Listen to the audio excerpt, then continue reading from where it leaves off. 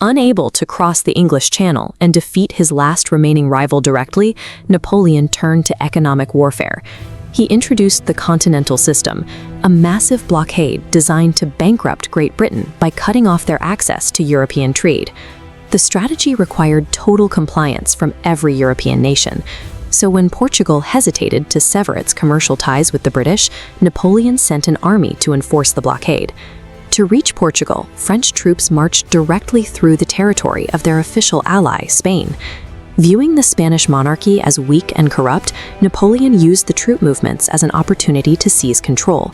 He forced the Spanish royal family to abdicate and placed his own brother, Joseph Bonaparte, on the throne in Madrid. On May 2, 1808, the people of Madrid rose up against the French occupation forces. The French responded with severe violence, executing over 100 civilians in the streets to crush the rebellion. Instead of terrifying the population into submission, the executions sparked a nationwide revolt. What Napoleon planned as a simple regime change instantly transformed into a grueling, exhausting trap that he would later call his Spanish ulcer. The Iberian Peninsula is defined by its harsh terrain.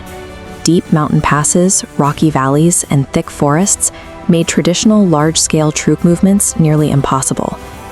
Knowing they couldn't beat the highly trained French army in open, conventional battles, local Spanish militias adopted a completely different strategy.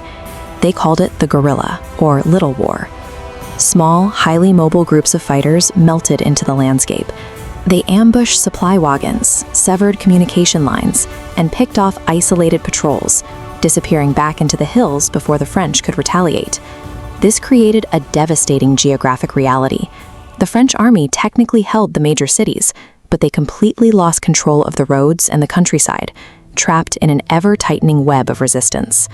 Every supply run required a heavy armed escort. The constant anxiety of unpredictable ambushes eroded French morale and drained their manpower far more efficiently than any traditional opposing army ever could. Meanwhile, Britain saw its chance to hit Napoleon on land. British forces, commanded by Arthur Wellesley, the future Duke of Wellington, arrived to support the resistance and defend the crucial port of Lisbon against massive French advances. We are looking at a historical map of the secret defensive barrier that stopped the French, the lines of Torres Vedras.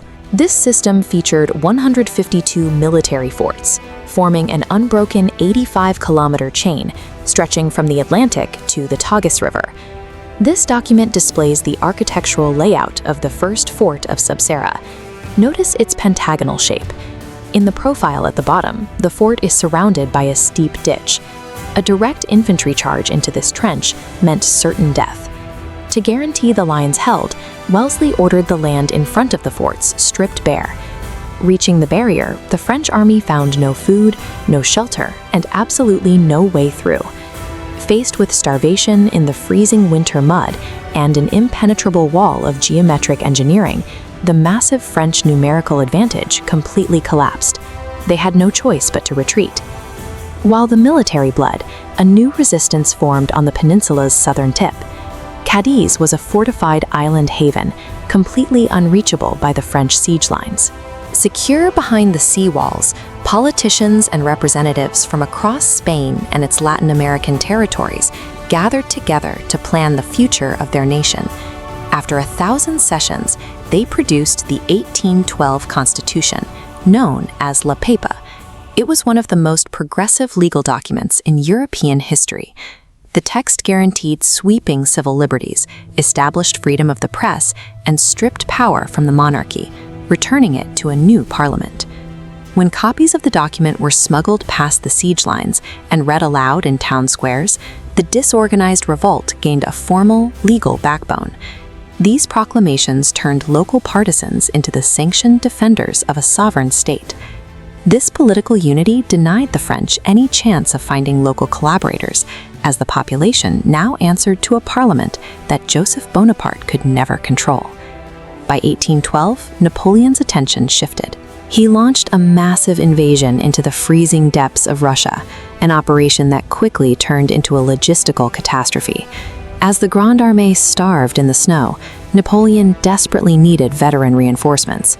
but 300,000 of his best troops were permanently pinned down, fighting the endless war in Spain. Exhausted by years of daily partisan ambushes and the slow, methodical advance of Wellington's coalition forces, the French lines in Iberia finally cracked. Following a decisive defeat at the Battle of Vittoria in 1813, the French army was pushed entirely out of the peninsula. Wellington crossed the border, carrying the war directly onto French soil. In the end, the greatest military empire of the 19th century was dismantled from within. The French war machine was broken by relentless local insurgents, unbreakable defensive engineering, and unyielding political defiance. By 1812, Napoleon Bonaparte had effectively conquered an entire continent. After a decade of defeating massive coalitions, Austria and Prussia had bowed to French power. To the rest of the world, he appeared absolutely invincible. This 1812 map shows the massive scale of his reach. The vast green territories represent the French Empire and its allies. But isolated by the sea, Great Britain resisted. Unable to invade, Napoleon instituted the continental system, a strict embargo forbidding trade with Britain. Relying on a continent-wide embargo meant Napoleon's success no longer depended on his tactical genius on a battlefield. It depended on the absolute compliance of foreign economies. Napoleon was effectively betting his empire on the stability of global trade networks. One of those economies belonged to Russia. The embargo was draining their finances, and Russian nobles were complaining bitterly about the lack of trade. Eventually, Tsar Alexander I simply stopped complying, reopening Russian ports to British ships. Napoleon viewed this as a direct challenge to his authority. He believed a swift military response was the only way to force Russia back into obedience and maintain his reputation. As this diagram shows, Napoleon assembled the Grande Armée, a staggering force of approximately 600,000 soldiers drafted from across his conquered territories. It dwarfed nearly any military formation Europe had ever seen. He planned to move his massive force incredibly fast, corner the enemy into a decisive battle, secure a quick victory, and force a peace treaty within a few weeks. But a 600,000-man army requires thousands of supply wagons and endless food. By building a force this large and expecting a lightning-fast campaign, Napoleon created a critical vulnerability. If the war didn't end in weeks, his soldiers would outpace their own supply lines. This photograph of the Niemen River shows the dense, difficult terrain the Grande Armée entered in 1812. The soldiers marched in confident, expecting a short campaign. The Russian commanders, however, refused to give Napoleon the decisive battle he desperately needed. Every time French forces advanced, the Russian army simply packed up and retreated deeper into their own territory. As they pulled back, they initiated a scorched earth policy. Russian soldiers burned their own crops, destroyed their own villages, and slaughtered their own livestock, leaving absolutely nothing of value behind for the invaders. This strategy broke the core mechanics of the French advance. Napoleon's doctrine of speed relied on his troops foraging from local food. Without intact farms to raid, the massive French army became entirely dependent on slow supply wagons, struggling over poor Russian roads. This graph plots the result. Look at how steep the decline in troop numbers is during the hot summer months.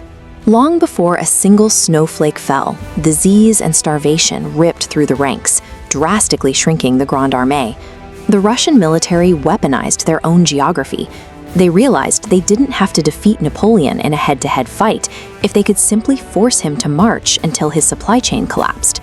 Napoleon finally got a major confrontation in September at Borodino. It resulted in one of the bloodiest single-day clashes of the era, causing roughly 70,000 casualties. The French pushed the Russians back, but the Russian army survived intact. A week later, Napoleon marched into Moscow. Capturing the cultural heart of the empire felt like the definitive victory he had been chasing. But the streets were empty. The population had fled, taking whatever food and supplies they could carry. Shortly after the French arrived, massive fires broke out across the city. Entire districts burned to the ground, destroying the last remaining shelters. Napoleon waited in the ashes for Tsar Alexander to negotiate, but the Tsar offered only absolute silence. The capture of the capital was a massive strategic trap. Instead of forcing surrender, it lured a starving army hundreds of miles from their supply bases.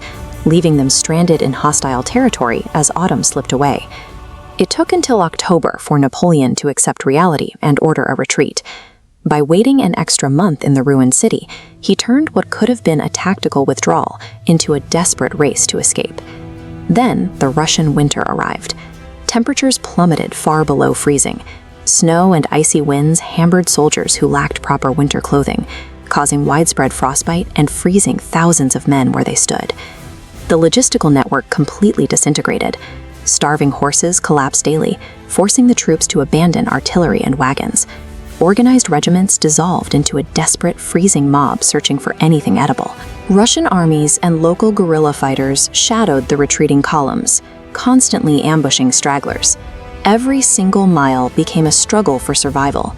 This marshy terrain near the Berezina River created a geographic nightmare for the fleeing army.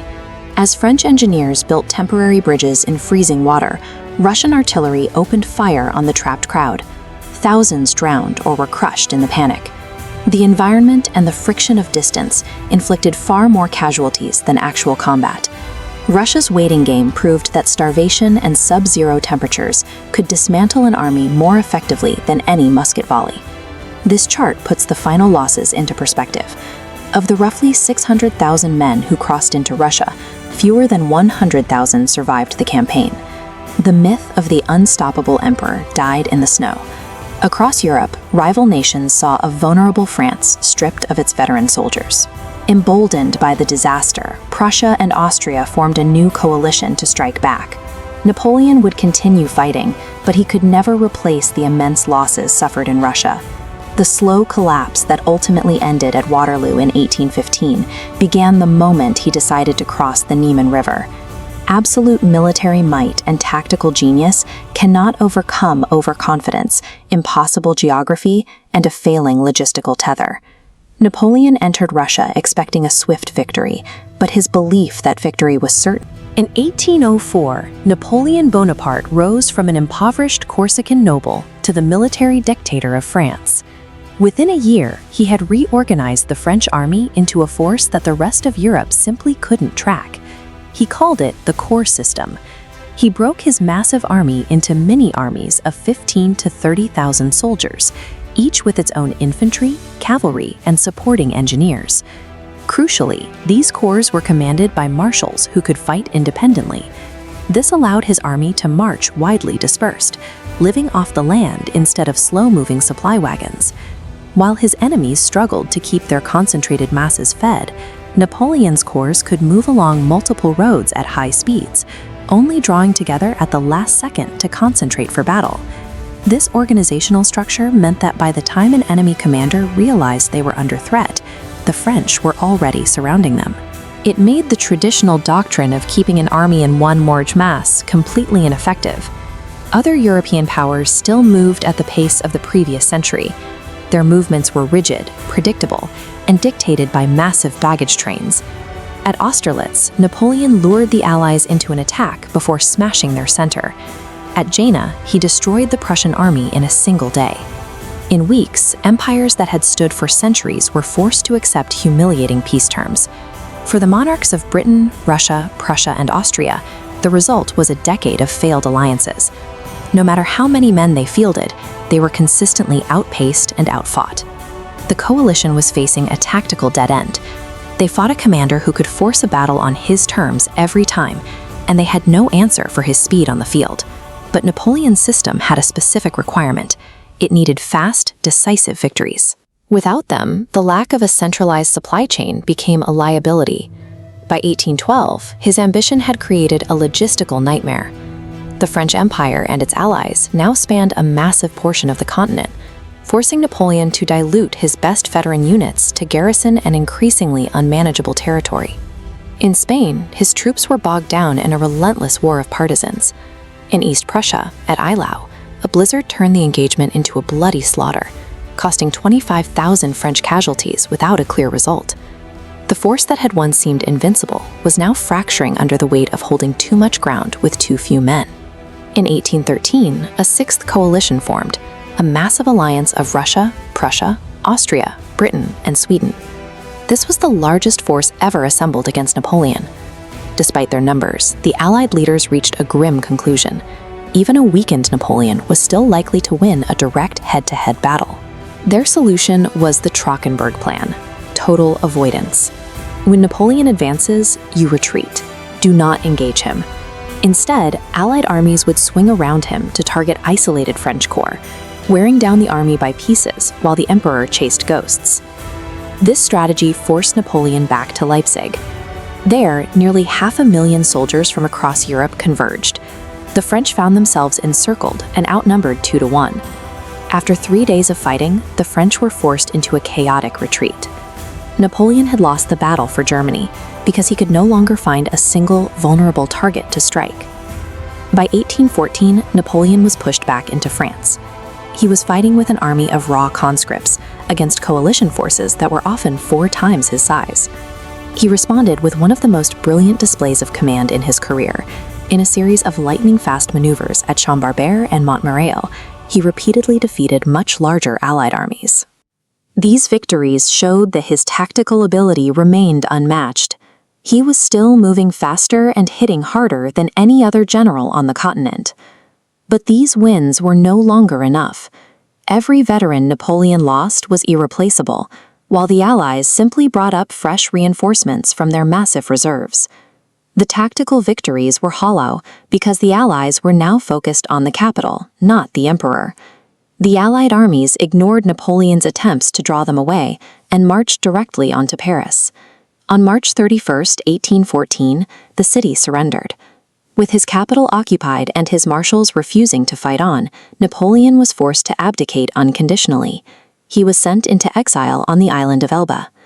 Napoleon wasn't defeated because his enemies finally learned to outcommand him on the battlefield.